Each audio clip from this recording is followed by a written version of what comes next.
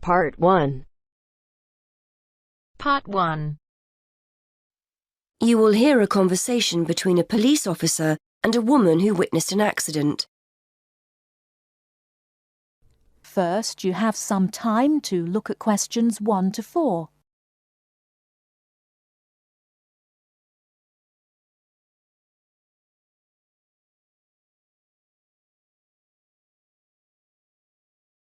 Now we shall begin.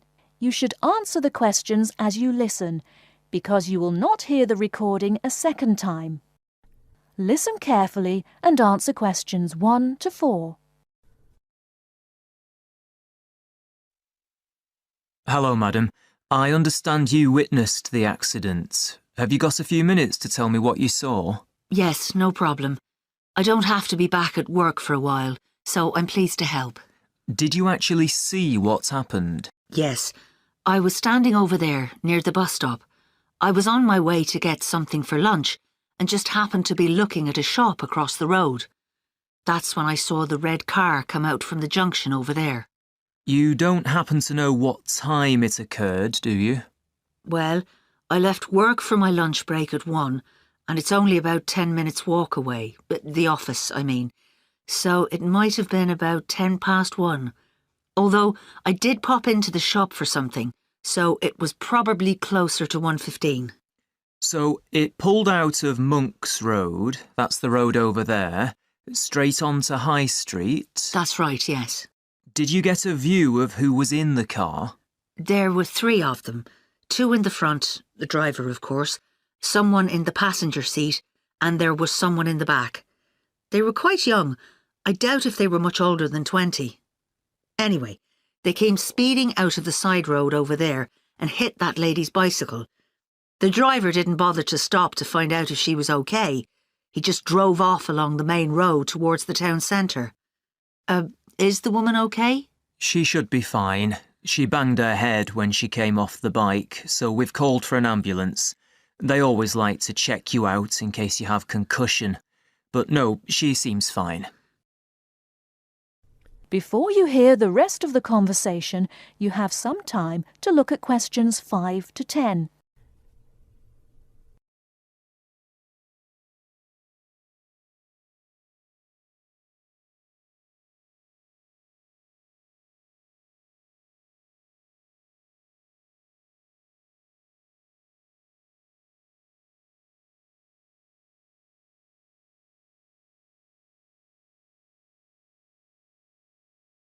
Now listen and answer questions 5 to 10. The bike doesn't look too good, though. I don't think she'll be using that again. I suppose she was very lucky, really. If they'd hit her instead of the front wheel, she could have been seriously injured. It looked like they were just in a hurry and didn't want to stop at the junction. I know the traffic lights aren't working there, so perhaps they thought they could just pull out. Could you give me a description of the car? Do you know the make and model? Well, I'm not very good with cars, but I'm pretty sure it was the same model as my husband's car, a Ford Fiesta. It was red, like I said, and quite old, and the door on the driver's side was damaged. It looked like it had been in another accident some time ago. I don't suppose you had a chance to take down the registration number, did you? I did, actually. Let me see. Y48BYW. Will that help you trace them? That's really helpful. It depends. It might be a stolen car, but at least we'll be able to trace the owner. If it wasn't stolen, then yes, we'll be able to find out the name of the driver. Now, would you mind giving me your contact details, just in case we need to get in touch about anything? Of course. What's your name? Mrs. Stansfield. Rita Stansfield. That's Stansfield.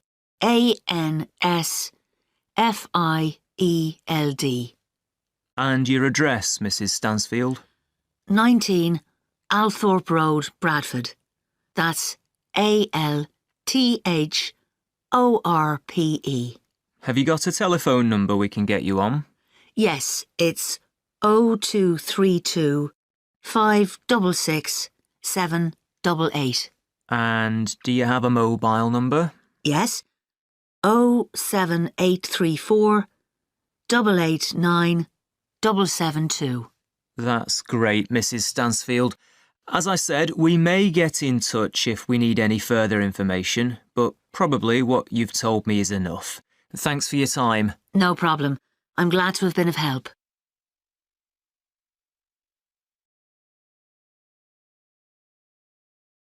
That is the end of part 1. You now have half a minute to check your answers.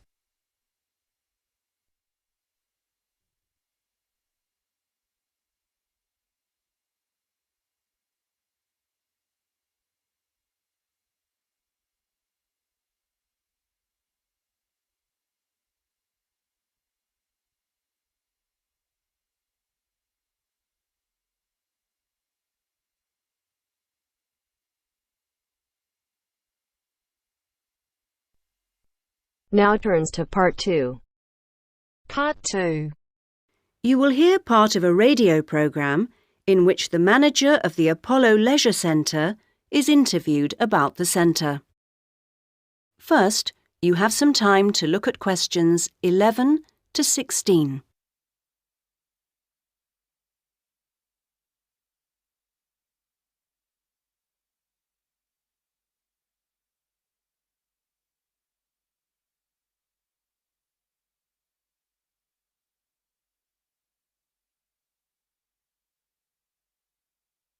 Now listen to the first part of the interview and answer questions 11 to 16. Next, I'd like to welcome Carol Brown, manager of the Apollo Leisure Centre. Carol, welcome. Thank you. Now, Carol, the Apollo seems a familiar sight, but how long has it actually been here? Well, we started negotiations to take over the previous Active Life Centre that used to occupy the premises in 2000 and planned to open in 2001, although the usual delays meant it was 2002 before we were up and running. And do you have quite a mix of members, or are you focused on certain groups? It's pretty broad, actually. There are something like 200 adult members, so that's our biggest group, but we also have as many as 100 youth members, together with about 50 family group members. And I think we'll see that section growing to 100 over the next couple of years. Healthy numbers. Yes, and we'll be developing the centre to make it even more attractive.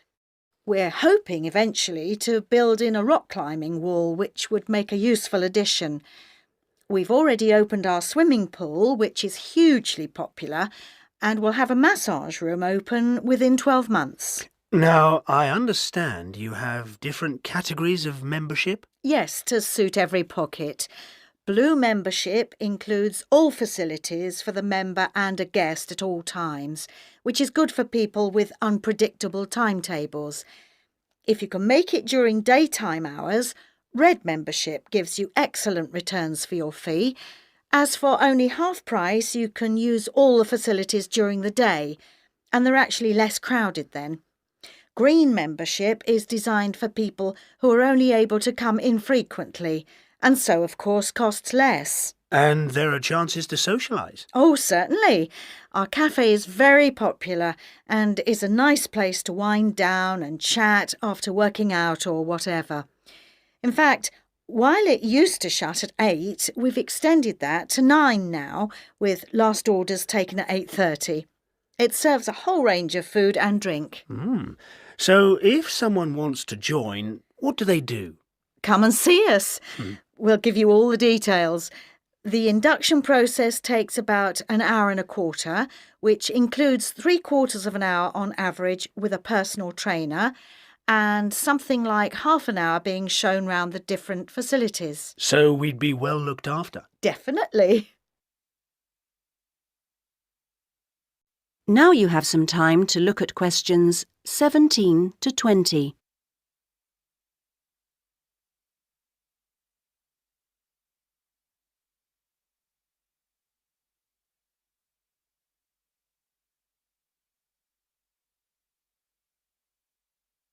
Now listen to the rest of the interview and answer questions 17 to 20. OK, now, Carol, can you give us some idea of what we could expect to get as members of Apollo? Sure. Well, let's take next Monday as an example. The early evening would begin with the programme of classes. Of course, members would also be at liberty to do their own thing. I'm just talking about the listed classes that we'll be offering. So let's say you're free to turn up at 4 p.m. You could spend an hour in a class that we call gentle exercise. This isn't a hard workout, as you might be imagining it, but a session designed for those who perhaps are not used to rigorous classes and would like something to ease them in. Right. The next thing on offer will be starting at 5, and again it'll last for an hour. In contrast, this is what we simply call weightlifting. It's certainly not for softies, but this strenuous session is of course carefully monitored, and we wouldn't let anyone do anything silly. Oh, well, that's reassuring. And then, kicking off at 6:15, you'll be welcome at a class aimed at promoting better lifestyles, which we run under the banner of healthy living.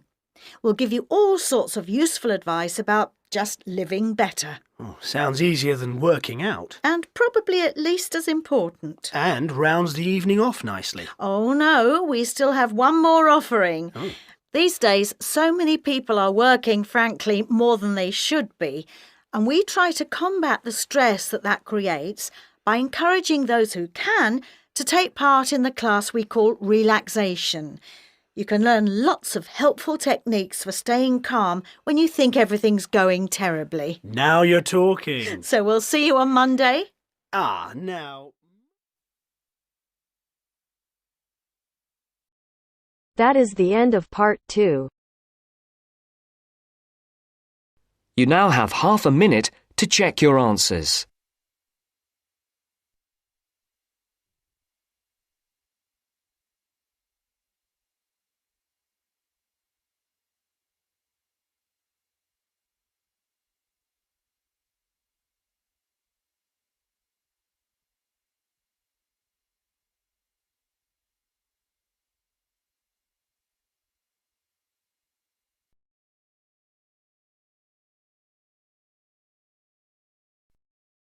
Now turns to part 3. Part 3. You will hear a discussion between two work colleagues and their manager about the restructuring of their company. First, you have some time to look at questions 21 to 25.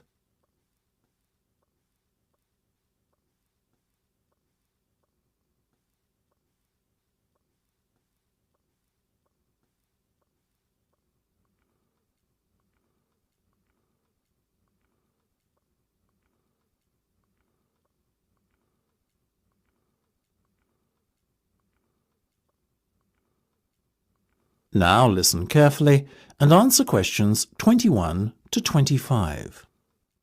Come in, both of you. I believe you wanted to talk to me about something, is that right? Yes. Basically, all the staff are concerned about what the restructuring of the company is going to mean for them. None more so than myself and Nam, as we are the newest members. As I said to all staff at the meeting last week, there's no cause for concern. There will be no compulsory redundancies. All redundancies will be on a voluntary basis. Yes, we understand that, but to tell the truth, we just want a little reassurance that our jobs are safe. Look, Anne and Penny, the company isn't going to be short-sighted and let its bright young minds go. Besides, we've already met our target for the number of voluntary redundancies we want to secure. In fact, there's a waiting list. You know as well as I do that the age profile of staff at this company needs to come down. A lot of our employees are close to retirement age and are just going through the motions until they can take their pensions. That's why we decided on this redundancy initiative. We want to encourage those that would be happy to leave to do so and employ younger, more motivated staff. I guess that makes us feel a little better, but we're also worried about the upcoming salary review. What will it mean for us? Given the fact that the company's motivation for this restructuring initiative is not to cut costs, you needn't be worried that there will be a negative effect on your salaries. We are running a very profitable business and we will reward our top performers in the upcoming review. Both of you fall into that category, so you can expect a healthy bonus and salary increase. Simple as that. That's good to know. Another thing on our minds was the fact that with all these voluntary redundancies happening in the next few months, there will be a lot of positions opening up higher in the company. What we were wondering is, will the recruitment drive be an internal or an external one? Obviously, we will recruit internally where possible. That has always been company policy. So, if you're asking me will there be opportunities to gain a promotion in the near future, then the answer is very definitely yes. The type of candidate we would be looking for has a proven track record and is performance-driven. How can we improve our chances of getting promoted then when the opportunity arises? Well, in the meantime, be prepared to take on additional responsibilities, especially those relating to the management of other members of staff. Obviously, the higher up you go in the company, the more involved you'll be in managing people. What the management team is looking for then is proof that you can work effectively with and manage other members of staff. Before you hear the rest of the discussion, you have some time to look at questions 26 to 30.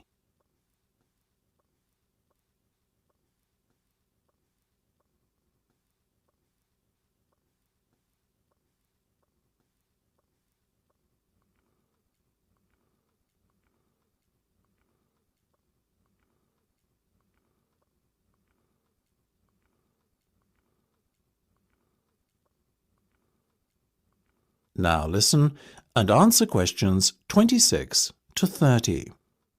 One more thing. Go on. This project you've given us to manage, is it a test of our abilities? I guess you could say it is a test of sorts, but look at it more as a chance for you to prove yourselves. Actually, now that I have you both here in private, can we talk about that a bit? Of course. OK, Penny. Let's start with you. Has the timescale been agreed yet? Yes. You said we have a total of 8 weeks to bring the product to launch. So we've decided to allocate 3 weeks at the beginning to product research and prototype testing. Very good.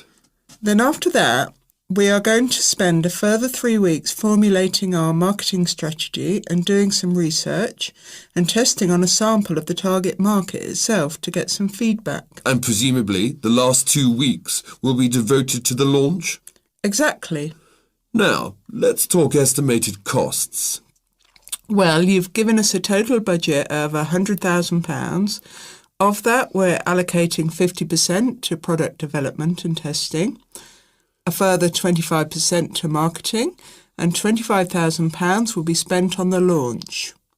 Penny, give me a breakdown of the launch costs, would you? Sure. £10,000 will be spent on hiring and decorating the venue, £10,000 will be spent on promotional work, and the remaining money will be used to pay for catering and administrative costs. I'm very happy with that, to be honest. As I said, you guys should stop worrying. You're doing a fantastic job, so keep it up.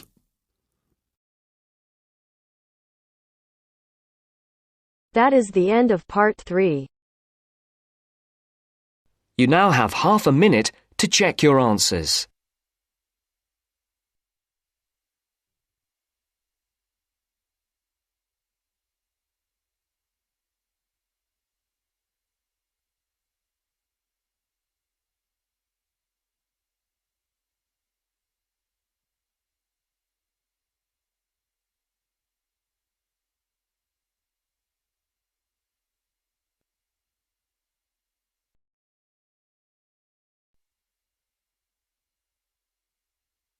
Now turns to part 4. Part 4. You will hear Rebecca Bramwell, an artist and illustrator, giving advice on how to get your first job or commission as an artist. First, you have some time to look at questions 31 to 35.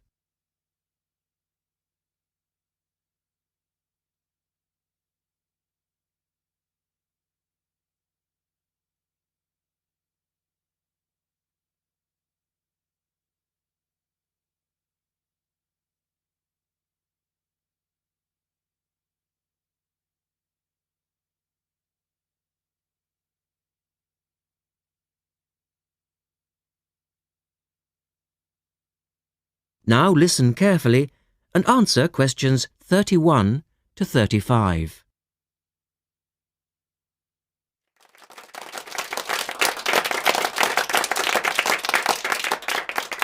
I'd like to introduce Rebecca Bramwell, an artist and illustrator who has come along today to talk to you all about getting your first job or commission as an artist. Over to you, Rebecca. Thank you for inviting me. I remember when I graduated back in 1983, I was very excited about getting my first commission. My degree was in fine art and I'd worked long and hard to get it. I was an enthusiastic student and I never found it difficult to find the incentive to paint.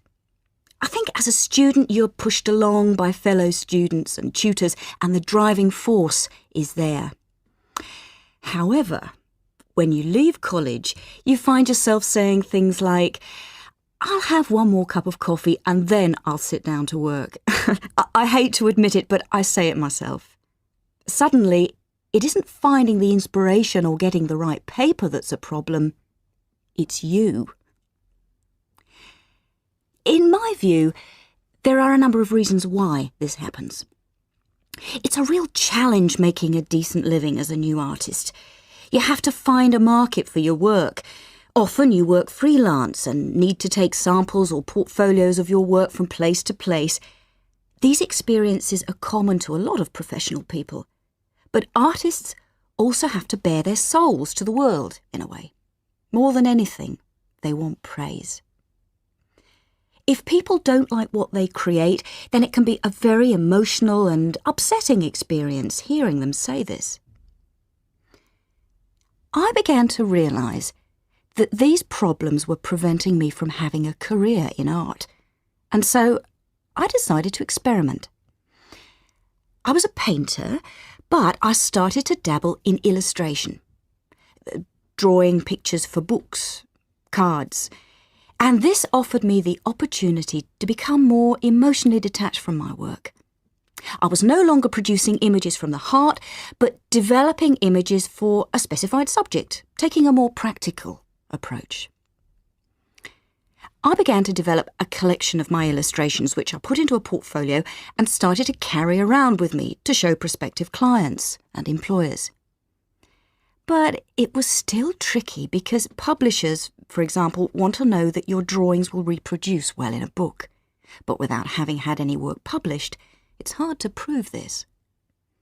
Having a wonderful portfolio or a collection of original artwork is, of course, a first step.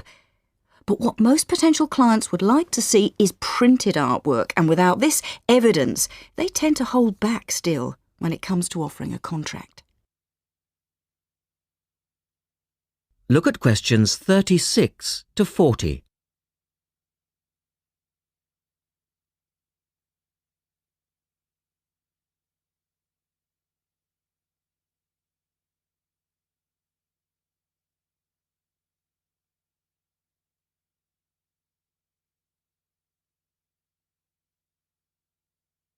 Now answer questions 36 to 40. Well, I overcame this problem in two ways. And I suppose this is my advice to you on preparing your portfolio of your best work. The first way was by submitting my work for a competition. And the one I chose was for a horoscope design and was sponsored by a top women's magazine. There are a few of these competitions each year, and they offer new illustrators an opportunity to showcase their work. The other approach I took was to design and print some mock-up pages of a book. In other words, I placed some of my illustrations next to some text in order to demonstrate how my work would look when it was printed. Perhaps I was lucky in that I had taken a degree that provided me with all-round creative skills so that I could vary my style and wasn't limited to a certain technique. Now, I think that is important. The art world and many other creative fields do try to pigeonhole people into snug boxes with an accompanying label. Now, I think you should try to resist this if you feel it happening to you. If you don't, you'll find it difficult to have new work accepted if you try to develop your style at a later stage in your career. Nevertheless, when you start out, and particularly when you're going for an interview, it's important not to confuse people by having a lot of different examples in your portfolio. One remedy for this is to separate your work into distinct categories. In my case, I did this by dividing my design-inspired illustrations from my paintings. It's then easier to analyse the market suited to each portfolio, such as magazines, book jackets, CD covers, etc. Working under two names is also useful, as it clarifies the different approaches and offers a distinction between them. I think it's been hard for artists to be recognised in anything other than the pigeonholes that they've been placed in. But luckily, these barriers are slowly being demolished. So I really do wish you all the very... That is the end of part 4. You now have half a minute to check your answers.